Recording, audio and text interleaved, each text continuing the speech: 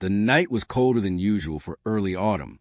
The wind howled through the narrow streets of the small town, rattling the windows of the little diner at the corner of Maple Street. Inside, the air was warm, filled with the smell of freshly brewed coffee and sizzling bacon on the griddle. It was nearly closing time, and the place was almost empty, save for a truck driver finishing his pie and an old couple sharing a quiet meal in the back booth. Maya wiped down the counter, her tired eyes glancing at the clock on the wall. Just a few more minutes, she told herself. Another long night, almost done. She needed to get home, check on her mother, and maybe, if she was lucky, catch a few hours of sleep before her morning shift at the local grocery store. Life wasn't easy. It hadn't been for a long time, but Maya had learned to push through the exhaustion. The bell above the door jingled, breaking her thoughts. She turned instinctively toward the sound, and that's when she saw him. The man who stepped inside looked like he had walked straight out of a storm. His clothes were disheveled. His shirt had a small tear near the collar, and his coat was far too thin for the biting cold outside. His hair was a little messy, his face unshaven, and he carried no bag or belongings, just himself, looking weary, almost lost. Most of the time, late-night strangers didn't surprise Maya. Working the night shift meant she had seen just about everything. Lonely travelers, drunk college kids, even the occasional troublemaker. But there was something different about this man. He stood by the door for a moment, hesitant, as though deciding whether he should come in at all. The warmth of the diner fogged up a glass behind him, and for a brief second, he looked like he might turn around and leave. Evening, Maya called out gently, breaking the awkward silence. Her voice was soft, but carried a note of warmth that made him glance toward her. You can sit anywhere you like. The man's eyes darted around the room nervously. The truck driver barely glanced up, and the old couple kept eating, uninterested. Finally, the man shuffled toward the farthest booth, the one tucked into the corner, half hidden from view. He slid into the seat slowly, as though every movement cost him energy. Maya grabbed a menu and walked over, her steps light but careful. Up close, she noticed even more details. The faint lines of fatigue around his eyes, the way his hands trembled slightly as he placed them on the table. She had seen that look before, the look of someone who hadn't eaten properly in days. "Here you go," she said softly, placing the menu in front of him. "Take your time." The man nodded silently, his eyes scanning the laminated pages. Maya stood there for a second watching him, but then gave him space. She returned to the counter, poured him a glass of water, and set it on his table. Minutes passed. The man didn't call her over. He just stared at the menu, then lowered it slowly, as if the words were too heavy to read. Maya noticed him sigh quietly and rub the back of his neck. Something wasn't right. She approached again, her kind smile never fading. "Do you know what you like?" The man hesitated. His lips parted as though to speak, but no words came out. Finally, in a voice so low she had to lean in to hear him, he said, I don't have enough money for a meal." Maya blinked.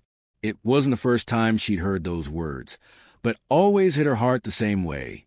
He looked so ashamed, as if admitting this was the hardest thing he had done all day. "It's okay," Maya said gently, her voice calm and reassuring. "You're here now. Let me get you something warm. Tonight's on me." The man's head snapped up, his tired eyes meeting hers with surprise. "On you?" he repeated, as though he hadn't heard correctly. "Yes," Maya said with a small smile. "Don't worry about it." He shook his head slightly. "Why would you do that? You don't even know me." Maya's heart ached at the question. She crouched down a little so she could meet him at eye level. "Because no one should go hungry," she replied simply. "If I can help, even a little, I will." For a moment, the man just stared at her, as if trying to figure out whether she was serious. Then, slowly, his lips curved into the faintest, most fragile smile she ever seen. "Thank you," he said finally, his voice rough. I can't remember the last time someone was kind to me." Maya stood, her heart beating faster than before. "Well," she said softly, "let's change that tonight." She walked back to the counter, grabbed a plate, and told the cook to make a hot meal, the kind that filled the stomach and warmed the soul. As she waited for the food, she couldn't help but glance at the man again. He sat quietly, his hands folded in front of him, his eyes distant as though lost in thought. There was something about him, something beyond the worn-out clothes and tired face, that told Maya there was a story behind those eyes. And she would soon learn that the story was bigger than anything she could have imagined. The diner was unusually quiet as Maya waited for the kitchen to finish the order. The faint sound of sizzling from the griddle was the only noise filling the room. She kept glancing at the man in the corner booth, sensing the weight he carried with him. When the plate was finally ready, Maya placed it carefully on a tray and walked over to him. "Here you go," she said warmly, setting the steaming dish in front of him. Mashed potatoes, gravy, a piece of roasted chicken, and buttered vegetables on the side. It wasn't fancy, but it was hearty and filling. The man blinked at the plate, as if he couldn't believe it was for him. "You don't have to do this," he said quietly, his voice hesitant. Maya smiled. "Yes, I do. You're hungry, and I'm here. That's all that matters right now." He hesitated for a moment longer before finally picking up the fork. The first bite seemed to hit him like a wave. His shoulders sagged, and he let out a breath he'd been holding, as though this single plate of food was the first good thing that had happened to him in a very long time. Maya stepped back and watched from the counter.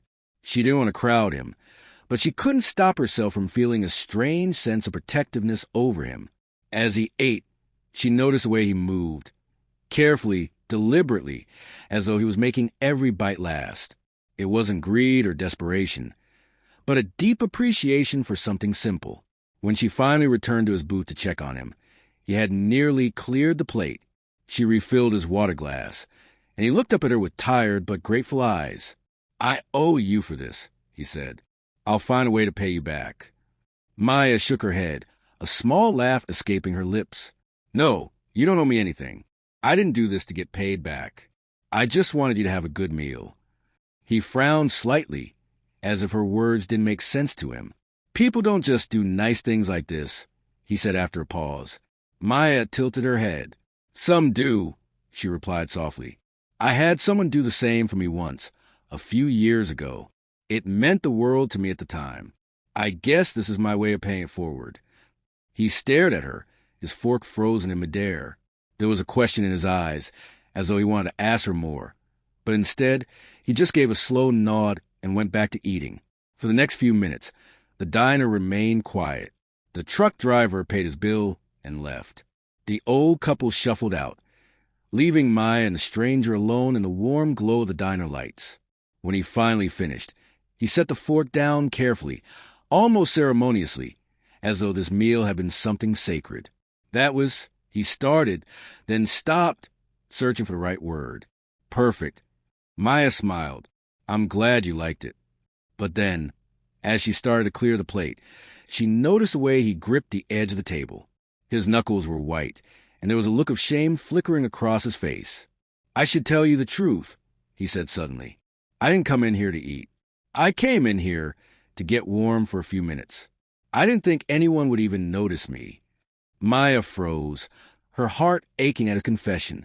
"You don't have to be ashamed of that," she said softly. "It's cold out there. Anyone would have done the same." He let out a bitter laugh. "Not everyone would say that. Most places, they would have thrown me out." Maya shook her head. "Not here. Not while I'm working." He stared at her for a long moment, then reached into his pocket and pulled out a few crumpled dollar bills and some coins. "This is all I have," he said quietly, sliding them toward her. Maya looked down at the money, barely enough to cover a cup of coffee, let alone the meal he had just eaten. Slowly, she pushed it back toward him. "Keep it," she said firmly. "You might need it later. This one's my treat." His eyes widened, and for a moment, it looked like he might cry. He quickly looked away, blinking hard. "You're different," he said finally. "I've met a lot of people lately. Most of them don't even look at me, let alone treat me like a person. But you didn't even hesitate." Maya's chest tightened at his words. She didn't know what this man had been through, but she knew loneliness when she saw it. "You deserve to be treated with respect," she said softly. "Everyone does." There was silence for a moment, the kind that felt heavy but not uncomfortable. Then the man straightened up slightly, as though regaining a bit of his dignity. "Thank you," he said simply. Maya nodded. "You're welcome." When she walked away to finish her closing duties, she caught him glancing around the diner, taking it all in. His eyes lingered on the warm light, the old jukebox in the corner, the chalkboard menu with the day's specials. It was as though he was memorizing the scene, holding on to it like a lifeline. Before long, he slid out of the booth and walked toward the door. "Good night," Maya called after him, giving him one last smile. He paused by the door, his hand resting on the frame, and turned back to her. "Good night," he said softly. Then he stepped out into the cold night air and disappeared down the street, leaving Maya with a strange feeling in her chest, a mix of sadness and hope. She didn't know why, but she had a feeling this wasn't the last time she would see him. The night outside had grown darker and colder, but inside the little diner, there was a strange kind of warmth, not just from the heaters or the kitchen stove, but from something softer, something harder to explain. Maya stood near the counter for a moment after the stranger left, staring at the empty booth where he had been sitting just minutes earlier. It was strange how much his presence had filled the place. The diner suddenly felt too quiet without him. She walked over to the booth and began to clear the table. The plate was spotless, every last bite eaten. Somehow that made her heart swell. Whoever he was, he had truly needed that meal. She carefully wiped the table clean, almost reverently, as if this had been more than just another customer, as if something important had just happened here tonight. When Maya finally clocked out and left the diner, the air outside bit at her skin. She pulled her thin jacket tighter around her and started the short walk to her apartment. The streets were nearly empty, just a few flickering streetlights casting shadows on the cracked pavement. As she walked, her thoughts kept circling back to the man. His eyes, tired but grateful. His voice, soft, almost apologetic. The way he had looked at the plate of food, as if it was a miracle. Maya knew what hunger looked like. She had grown up with it. There had been nights when she and her mother had gone to bed with nothing but water to drink, hoping things would be better the next day. She knew what it was like to sit in a warm place and wonder if anyone cared enough to notice you. That was why she hadn't hesitated tonight. She hadn't seen a stranger. She had seen herself, years ago, scared, lost, and just needing someone to remind her that there were still good people in the world. When Maya got home, the small apartment was quiet except for the faint hum of the refrigerator. Her mother was asleep on the couch, a blanket pulled up to her chin. Maya tiptoed over, checking her mother's breathing the way she always did. She was stable. That was a blessing. After changing into her pajamas, Maya sat by the window with a cup of tea. The city lights blinked in the distance, and somewhere out there, she imagined, was the man she had fed tonight. Where was he sleeping? Did he even have a place to stay? Was he okay? She didn't know why she cared so much, but she did. The next evening, Maya was back at the diner, her hair tied up neatly and her apron freshly washed. It had been a long day of juggling her grocery store job and taking her mother to a doctor's appointment, but she had made it through. As the night wore on, part of her kept glancing at the door, half expecting him to walk in again. She told herself it was silly. He was probably just passing through town, probably gone by now. But then, just as the clock struck 9, the bell above the door jingled and Maya's breath caught. It was him. This time, he walked in with a bit more confidence, though his clothes were still the same, worn and thin. He gave her a small nod, almost a shy smile, and made his way to the same booth as before. Maya felt a warmth spread through her chest. She grabbed a menu out of habit, though she knew he probably wouldn't use it. "Back again?" she asked, walking over to him with a friendly smile. "Yeah," he said, rubbing the back of his neck. "I wasn't sure you'd remember me." Maya laughed softly. "Of course I remember you. You're hard to forget." That made him smile, a real smile this time, not the fragile one from before. "Are you hungry?" she asked. "Yes," he admitted, and there was no shame in his voice this time. "Good," Maya said. "I'll bring you something warm." She didn't even bother to ask for money. She went straight to the kitchen and ordered another hearty plate. Roast chicken again, this time with cornbread and soup on the side. When she brought it out, He looked at it with the same reverence as before, but this time there was something else in his expression too. Trust. He ate slowly, savoring each bite. Maya busied herself with other tables, but she kept checking on him every few minutes. When she finally sat down across from him during her short break, he looked at her curiously. "Why are you so kind to me?" he asked suddenly. Maya leaned back in the booth, thinking for a moment. "Because I know what it feels like to be invisible," she said finally. "To feel like the world has passed you by. And because someone once showed me kindness when I least expected it. I guess I just want to pass that feeling on to someone else." The man nodded slowly, his expression thoughtful. "Most people don't think like that anymore," he said quietly. "Maybe," Maya said, shrugging. "But maybe it just takes one person to remind everyone else." For a moment, they just sat there in silence, the soft hum of the jukebox filling the air. It wasn't an uncomfortable silence. It was warm, almost peaceful. When he finished the meal, he looked at Maya again. "You've already done so much for me. I don't even know your name." "Maya," she said, smiling. "And you?" He hesitated for a split second before answering. "James," he said. "Well, James," Maya said softly, "I'm glad you came back tonight." And she meant it. The diner was nearly empty now, the night pressing in against the windows like a dark blanket. The truckers had gone, the chatter had faded, and only the faint hum of the old jukebox filled the silence. The fluorescent lights overhead gave the room a warm golden glow, turning it into a place that felt almost safe, almost sacred. Maya slid into booth across from James, her apron wrinkling slightly as she sat. She usually didn't sit with customers, but tonight felt different. This man wasn't just a customer anymore, not to her.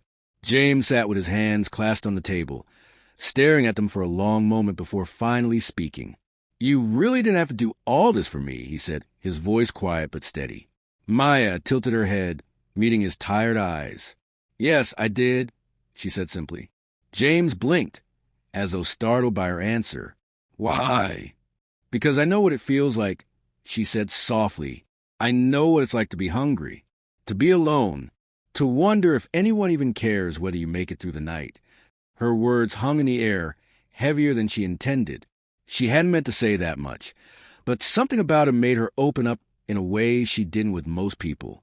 James looked at her carefully, his gaze searching her face. "You've been there?" Maya nodded slowly. "When I was younger, my mom and I lost our house after my dad left. We spent months sleeping on a friend's couch, trying to save enough to get back on our feet. There were nights we didn't eat. Nights I stayed awake just listening to my mom cry and wondering if we'd ever feel normal again." James was silent for a long moment. He didn't look away. "And someone helped you?" "Yes," Maya said, a small smile tugging at her lips. "There was this lady who owned a bakery near where we were staying. She used to give me free bread at the end of the day. She didn't know me anything, but she kept me fed when we had nothing. I never forgot that. That's why—" She trailed off, glancing at the empty plate in front of James. "That's why you helped me," he finished for her. Maya nodded. James let out a breath, leaning back against the booth. For the first time since she'd met him, his shoulders seemed to relax just a little. "I've met a lot of people lately," he said slowly, "but very few of them have looked at me the way you just did. Most people, they see the clothes, the way I look, and they turn away. Or they tell me to get out before I scare off the paying customers." Maya's chest tightened. She hated that he had experienced that, but she wasn't surprised. She had seen enough of the world to know that compassion wasn't always the first thing people offered. "Well, you're here now," she said gently, "and I'm not turning you away." There was another pause, softer this time, and Maya noticed the way James's eyes softened. "You're kind," he said simply. Maya shrugged, though her cheeks warmed. "I try to be." "No," James said, shaking his head. "You are. You didn't even hesitate. You just decided I was worth helping." "Of course you are," Maya said, almost fiercely. "Everyone is worth helping." James studied her for a moment longer, and then something unexpected happened. He smiled. Not the small, tentative smile she had seen before, but a real one that reached his eyes and made him look 10 years younger. Maya couldn't help but smile back. You know, James said after a moment, it's been a very long time since I had a real conversation with someone. What do you mean? Maya asked. I mean a real conversation, James said. Not just polite small talk. Not just someone try to sell me something or get rid of me. Someone just listening. Maya leaned forward slightly. Then talk, she said softly. I'm listening. James hesitated, then nodded slowly, as though making up his mind about something. I wasn't always like this, he began. A few months ago, my life looked completely different. I had everything people think they want. Money, cars, a big house. But somewhere along the way, I lost myself. Lost the people who mattered. And when things fell apart, I realized how many of my so-called friends only liked me because of what I could give them. When I stopped giving, they disappeared. Maya's breath caught. She hadn't expected this. So now, James continued, I travel. I go from town to town, just trying to figure out who I am without all the things I used to think define me. Maya was quiet for a moment, processing his words. There was a sadness in them, but also a strange kind of freedom. That's brave, she said finally. James let out a small laugh. Most people wouldn't call it brave. They'd call it foolish. Well, most people aren't sitting here with you, Maya said with a small smile. James chuckled softly, and for the first time since she'd met him, there was a spark of light in his expression. The conversation drifted after that. Small, quiet topics.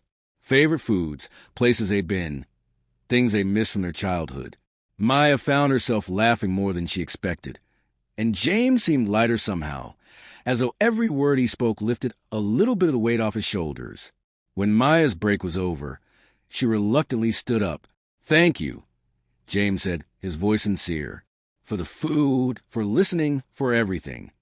You don't have to thank me, Maya said gently. Just take care of yourself, okay? James nodded. I will. As Maya walked back to the counter, she realized something had shifted between them tonight. It wasn't just a simple act of kindness anymore. This was a connection, fragile but real, the kind of connection that could change someone's life. And deep down, Maya had the feeling that this was only the beginning. The clock over the counter ticked softly, reminding Maya that it was nearly closing time. The diner had emptied out completely now, leaving just her, James, and the faint buzz of the fluorescent lights. The air felt unusually calm, as if time had slowed down just for this moment. James sat in the corner booth, his plate pushed to the side, his hands resting on the table. For the first time since Maya had seen him, his posture didn't seem so heavy. There was something in his eyes, not exactly happiness, but relief, maybe.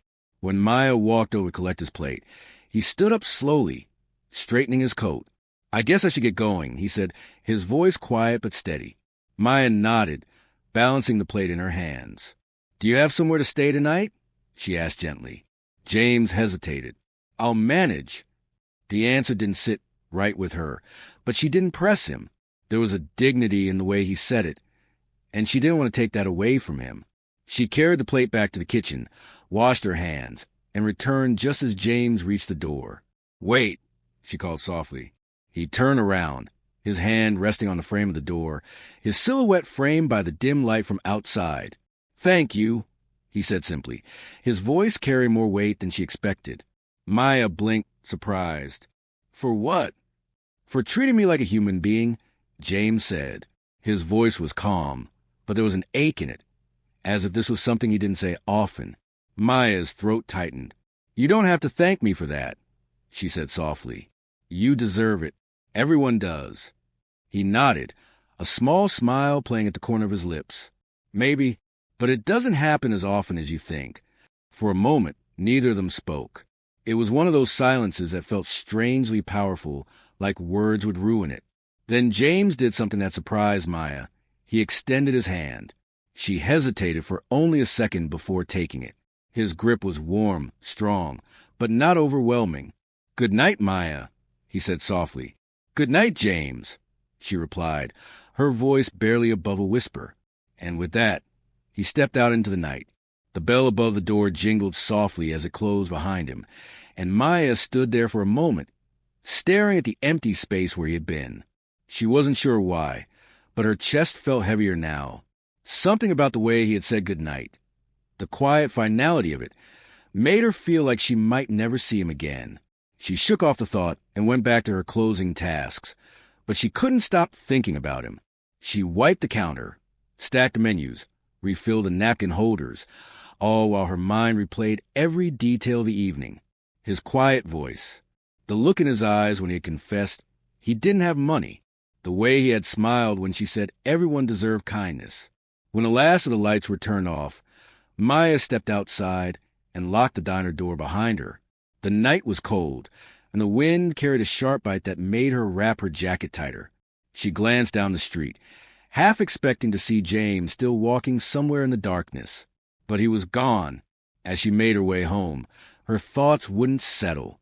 She wondered where he had gone, if he found a warm place to sleep, if he was okay. It felt strange to care this much about someone she had only just met, but she couldn't help it.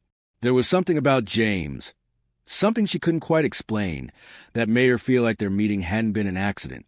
When Maya got home, her mother was awake this time, sitting at the kitchen table with a cup of tea. "You're late," her mother said softly, though there was no judgment in her voice. Maya nodded, hanging up her coat. "We had a customer stay late." Her mother studied her for a moment. "Someone special?" Maya hesitated. "I don't know yet." Her mother smiled knowingly, sipping her tea. Sometimes the people who come into our lives unexpectedly are the ones who change everything. Maya didn't respond, but her mother's words stayed with her long after she went to bed. The next day, Maya woke up earlier than usual. There was a strange energy in her chest, a quiet anticipation she couldn't shake. She got ready quickly, made breakfast for her mother, and left for the diner earlier than she needed to. All day, she kept glancing at the door, waiting for it to open. But James didn't come. Night after night, it was the same. She waited. She hoped. She even stayed a few minutes past her shift, just in case. But he didn't return. After a week, she began to wonder if she had imagined the whole thing, the connection, the conversation, the way his presence had filled the room. But she couldn't shake the feeling that something had shifted in her life that night. Something important. And she was right. She just didn't know it yet.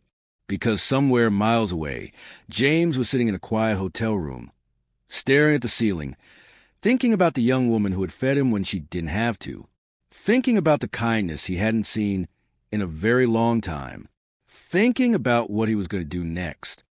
The week after James disappeared felt unusually long for Maya. Each night at the diner was the same.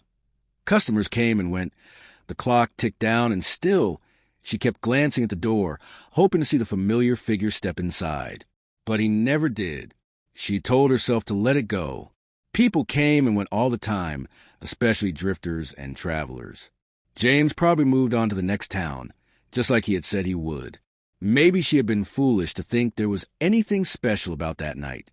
And yet, some part of her refused to believe it had been meaningless. One particularly slow afternoon, Maya was refilling coffee cups when the diner's owner, Mr. Harris, came rushing out of his office, nearly tripping over a chair. "Maya," he said breathlessly, his face flushed with excitement. "You won't believe this." She frowned, a little startled by his tone. "What happened?" "You know that big corporate investor they've been talking about on the news?" he said quickly. "The billionaire who's been buying up businesses across the state?" Maya blinked. "What about him?" "He's in town," Mr. Harris said, lowering his voice as if sharing a secret. "And get this, he's coming here, to this diner, today." Maya nearly dropped the coffee pot. "Here? Why?" Mr. Harris grinned, his excitement contagious.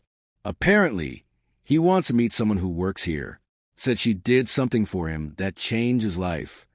Maya's heart skipped a beat. "Wait," she said slowly. "Who did he ask for?" Mr. Harris's grin widened. "He asked for you." Maya froze, the words sinking in like a wave crashing over her. "Me?" she whispered. "Yes, you," Mr. Harris said, clapping her on the shoulder. "Said your name specifically. Maya Johnson." Her hands tightened on the coffee pot. Could it be? Could it really be James? Before she could even process what was happening, the bell above the door jingled, and the diner went silent. The man who stepped inside looked nothing like the James she remembered. Gone were the worn-out clothes, the unshaven face, the tired posture. In their place stood a man in a perfectly tailored navy suit, polished shoes that gleamed under the diner lights, and a wristwatch that probably cost more than her entire monthly rent.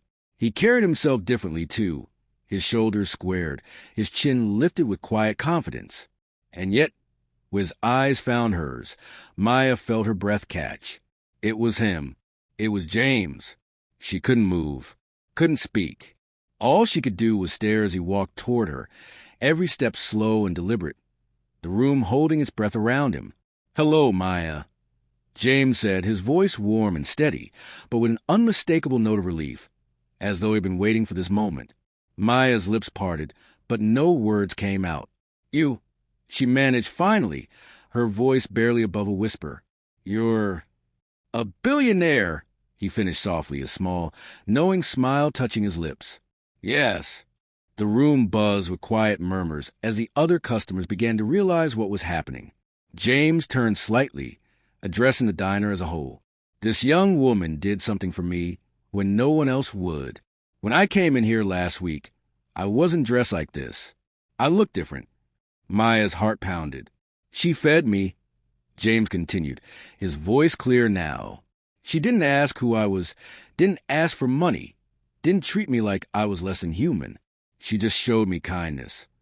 Maya felt her face grow hot. She wasn't used to being the center of attention, and now every eye in the diner was on her. James turned back to her, his expression softening. "You reminded me of something I had forgotten, Maya, that not everything can be bought, that real kindness still exists." Maya swallowed hard, her throat tight. "I didn't do anything special," she said, her voice shaking slightly. "Yes, you did," James said firmly. "You treated me like a person when I felt invisible." There was a pause, the kind that made the air feel heavy. Then James reached into the inside pocket of his suit jacket and pulled out an envelope. "I wanted to come back and thank you properly," he said, placing the envelope on the counter. Maya hesitated before picking it up. Inside was a check, but not just any check. The amount written on it made her knees go weak. I can't accept this," she said quickly, her voice panicked. "You can," James said gently, "and you should. Consider it an investment, not just in you, but in all the good you're going to do." Maya stared at him, completely overwhelmed. "I don't even know what to say," she whispered. "Say you'll keep being exactly who you are," James replied softly, "because the world needs more people like you." Maya felt tears sting her eyes. She blinked rapidly, not wanting to cry in front of everyone, but it was no use. One hot tear slipped down her cheek. James stepped closer, his expression full of quiet sincerity. "You changed my life, Maya," he said simply. "Let me change yours." The diner was so quiet that Maya could hear the soft hum of the refrigerator in the kitchen. The check was still in her hand, the numbers blurring through the tears forming in her eyes. "This is too much," she said finally, her voice trembling. "I can't take this, James. I was just doing my job." James smiled gently, but there was a seriousness behind his expression that made Maya pause. "That night," he began, his voice calm but steady, "I had reached my lowest point. You didn't just give me food. Maya, you gave me hope. That might not sound like much to you, but to me, it meant everything." He pulled up a chair, gesturing toward the booth where he had sat the night they first met. "May I?"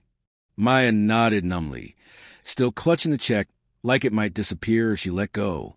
James sat down and rested his elbows on the table. The way he leaned forward made it feel like there was no one else in the diner, just the two of them. "I know you probably have questions," he said.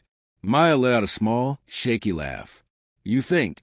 That made him chuckle softly, but his expression quickly sobered. "The truth is, I do this every year. I disappear from my world, the boardrooms, the private jets, the perfectly polished life, and I travel like an ordinary man. No driver, no assistants, no security detail. Just me and whatever I can carry." Maya frowned, surprised. "Why?" Because money can be blinding, James said quietly. When everyone knows who you are, they treat you differently. Every smile is calculated, every word rehearsed. You stop knowing who's being genuine and who's just after your fortune. He paused, his eyes distant, as if remembering something painful. Last year, I nearly made a decision that would have cost hundreds of people their jobs. Good, hard-working people.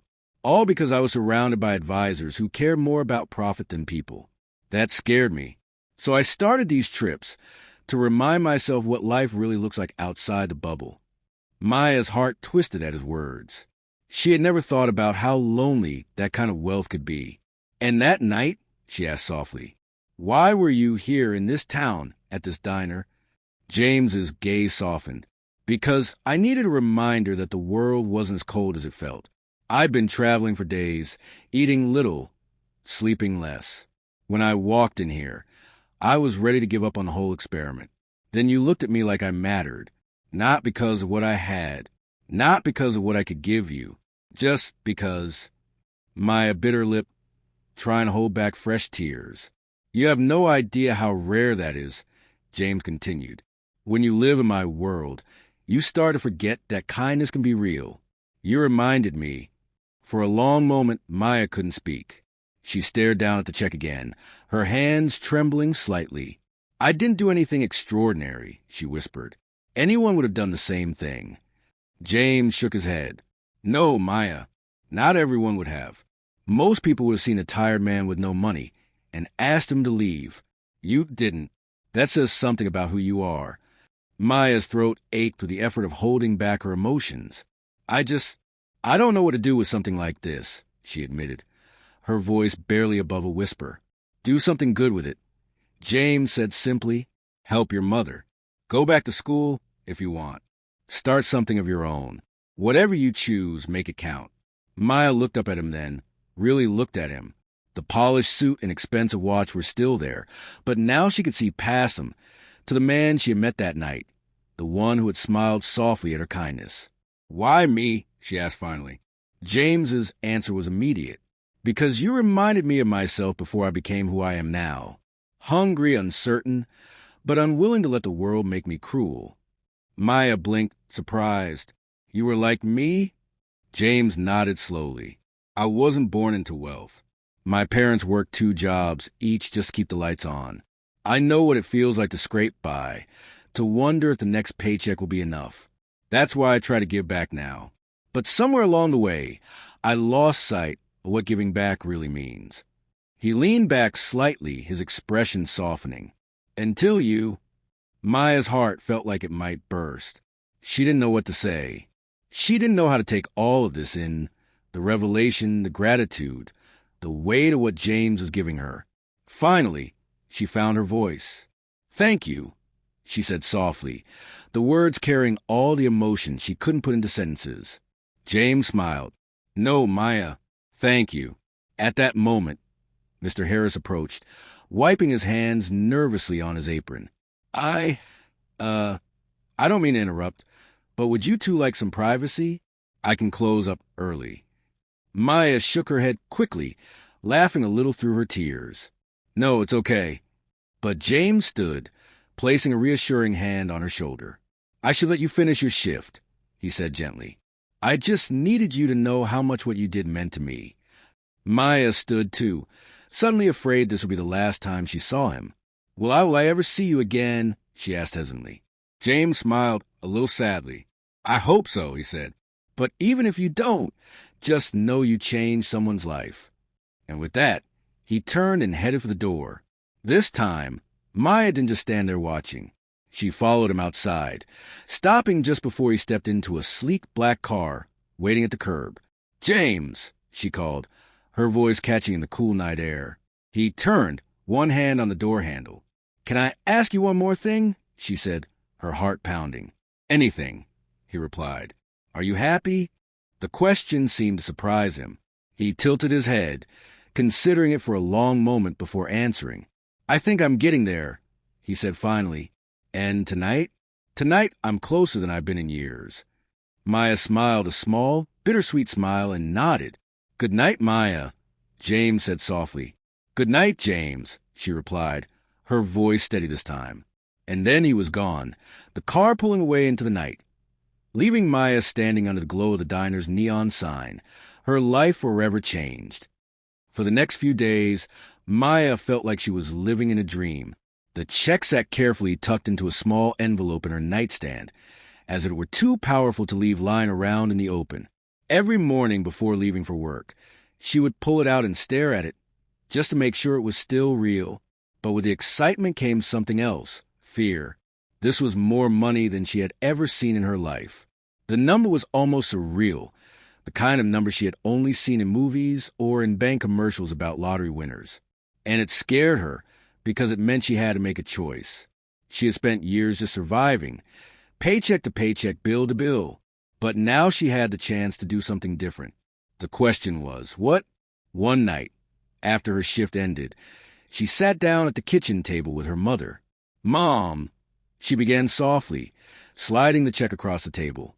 Her mother's eyes widened as she picked it up and saw the amount. "Maya," she whispered, her hand flying to her mouth. "Where did this come from?" Maya told her everything. About James, about the night he had come in hungry, about who he really was, and about what he had said when he came back. By the time she finished, her mother had tears in her eyes. "You have been given a blessing," her mother said softly, her voice full of quiet wonder.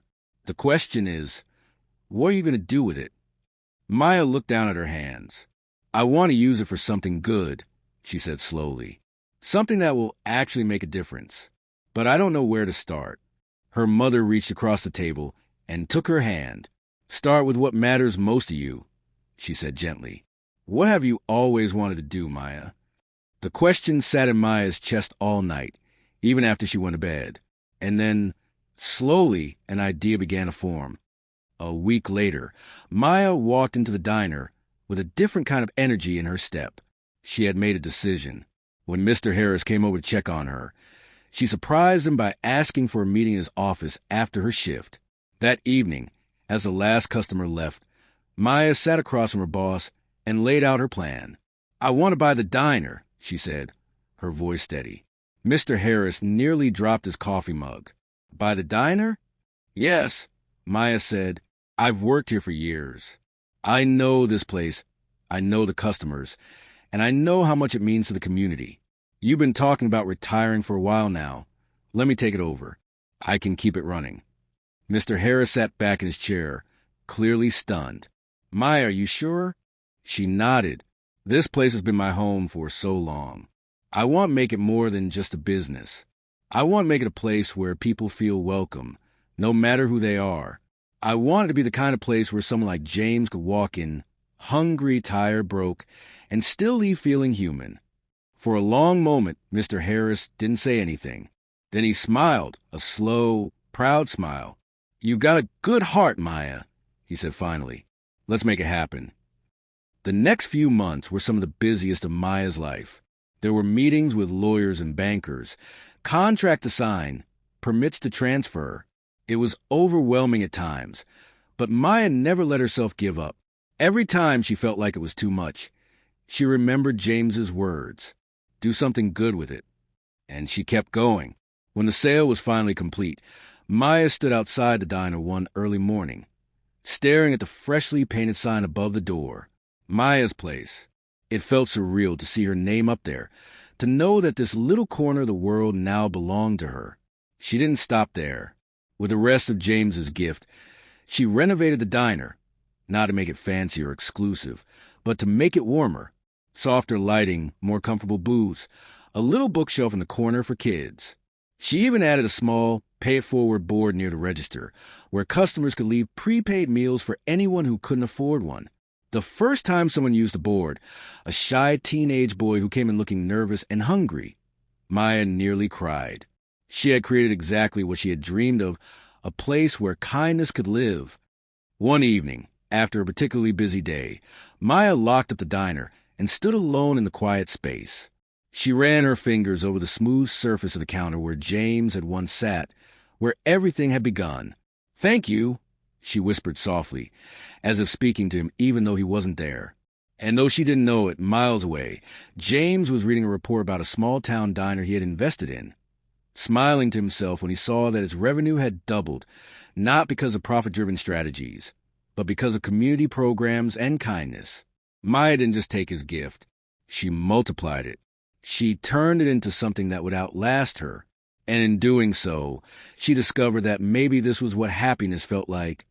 Not just having enough, but helping others feel like they were enough too.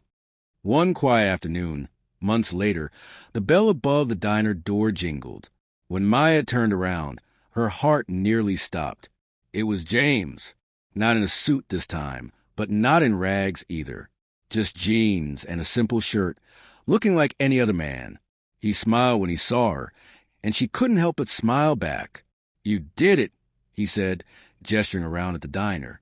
Maya nodded, her chest tight with emotion. "I did." James stepped closer, lowering his voice. "And you made it better than I ever imagined." Maya swallowed hard, her throat thick with unshed tears. "You believed in me before I believed in myself," she said quietly. James smiled, that same soft smile she remembered from that first night. "Sometimes," he said, "all a person needs is someone to see them." Maya blinked back tears and nodded. "You saw me," she whispered. James nodded. "And now the whole town sees you, Maya, and they're better for it." That night, as Maya turned off the diner lights and stepped outside, she felt something she hadn't felt in a long time. Peace. Her life had changed, not just because of the money, but because of what she chose to do with it. And for the first time, she knew this wasn't the end of her story. It was just the beginning. When Maya woke up the morning after James's visit, the world seemed brighter somehow. The sun streamed through her curtains, as if even the day itself was celebrating what she had accomplished. But Maya didn't stop to bask in her success. She got right back to work. The diner quickly became more than just a place to eat. Word spread across town about Maya's place. The diner where everyone was welcome and kindness was always on the menu.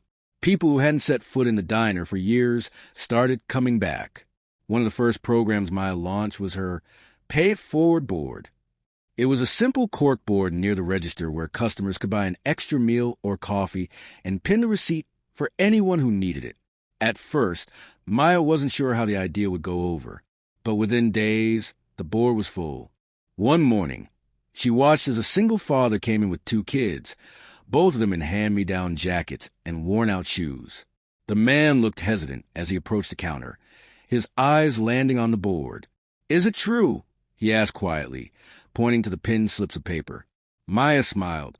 "Yes, someone's already paid for your meal." The man's face crumpled with emotion. He tried to speak, but only managed a choked, "Thank you," before leading his children to a booth.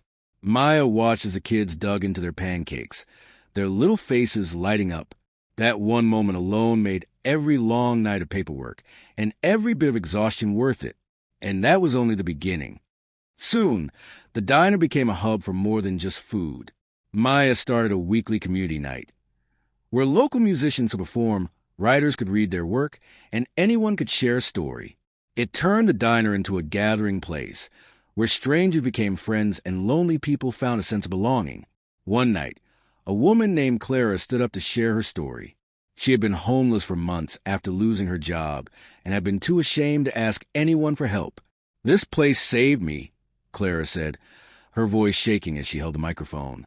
"The first night I walked in here, I hadn't eaten in 2 days. Maya fed me and didn't make me feel like a burden. She made me feel human. Because of that kindness, I found the courage to get back on my feet. I have a job now. I have hope." The entire diner erupted into applause. Maya had to turn away for a moment, wiping at her eyes before anyone could see. These were the ripples James had talked about, the ones she never could have predicted. Of course, not everything was easy. Running a diner came with challenges. Staff quitting unexpectedly, suppliers raising prices, equipment breaking down at the worst possible times. But every time Maya felt overwhelmed, someone would remind her why she was doing this. Like the young man who left a note under his coffee cup that read, "Thank you for being the first person to smile at me all week. I was thinking about giving up. You changed my mind." Or the older woman who came in every Wednesday and insisted on buying 5 meals for the board, saying she wanted to feed the kind of person I used to be. Maya kept every single note, tucking them away in a box on the counter. Whenever she doubted herself, she would pull them out and read them one by one, reminding herself that this was bigger than just a business. Months passed, and Maya's place became a local landmark. Reporters started writing about it, and soon people from nearby towns were driving just to experience what they had heard called the kindest diner in the state. One day, as Maya was refilling coffee cups, a news crew showed up unannounced. "Are you Maya Johnson?" the reporter asked. "Yes," Maya said cautiously, glancing at the camera crew behind her. "We'd like to do a story about you," the reporter said with a smile. "People need to hear about what you're doing here." Maya hesitated. She wasn't used to being in the spotlight, but then she thought about all the people who might be inspired to do something similar in their own towns. "All right," she said finally, "but only if we talk about the community, not just me." The segment aired that weekend, and within hours, Maya's inbox was flooded with messages. People from all over the country wanted to know how they could start their own pay-it-forward boards. Others offered to donate supplies or volunteer their time. For the first time in her life, Maya felt like she was part of something much bigger than herself. One quiet evening, after the diner had closed, Maya sat in her office, going over receipts. She heard the bell above the door ring and frowned. It was well past closing. When she stepped out front, her heart skipped a beat.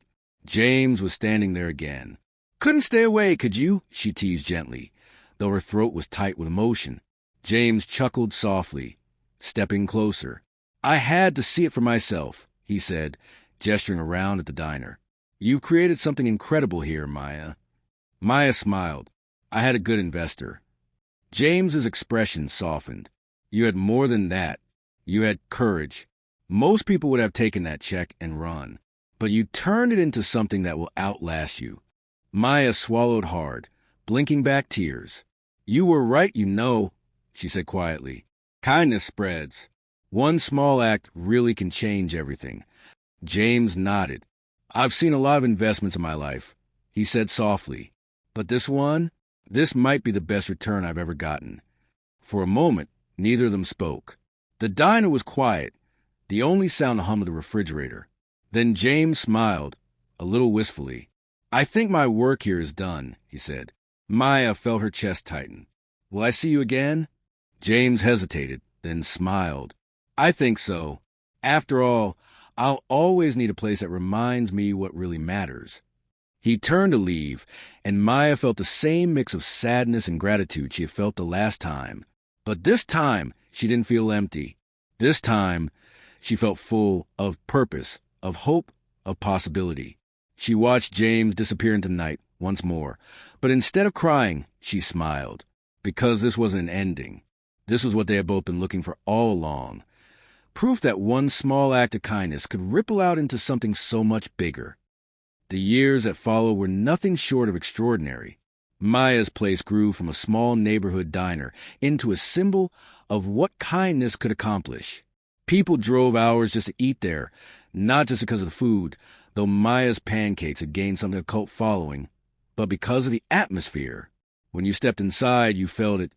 The warmth, the laughter, the sense that here, you weren't just another customer.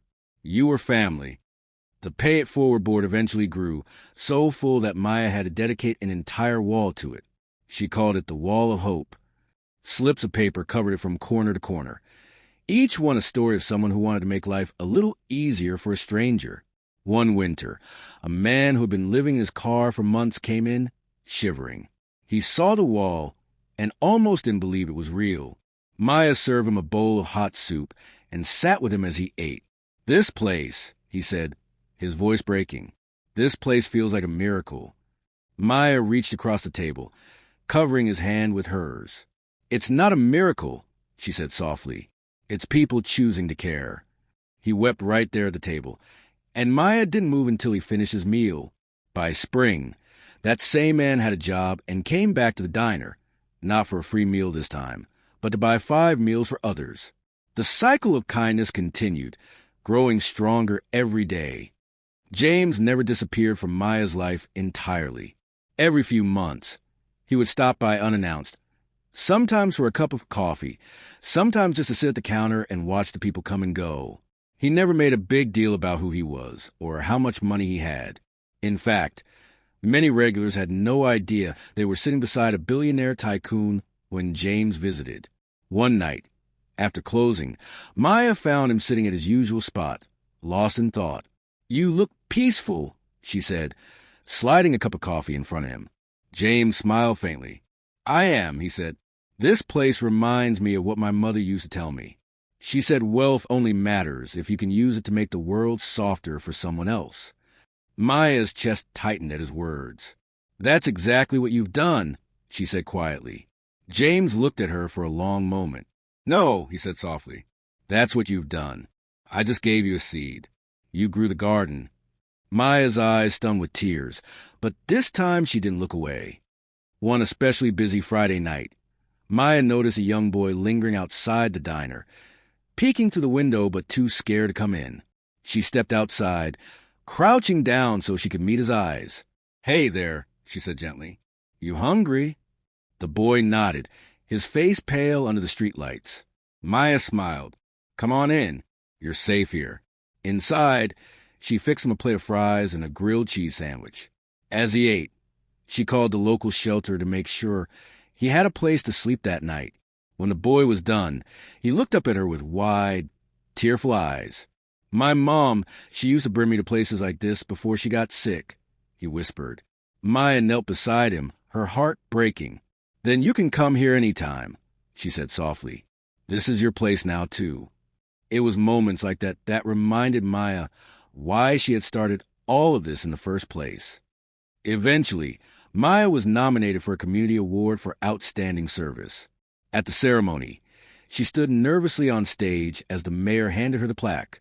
"This award is for someone who has turned one small act of kindness into a movement that has touched thousands of lives," the mayor said. "Maya Johnson, thank you for reminding us what it means to care for one another."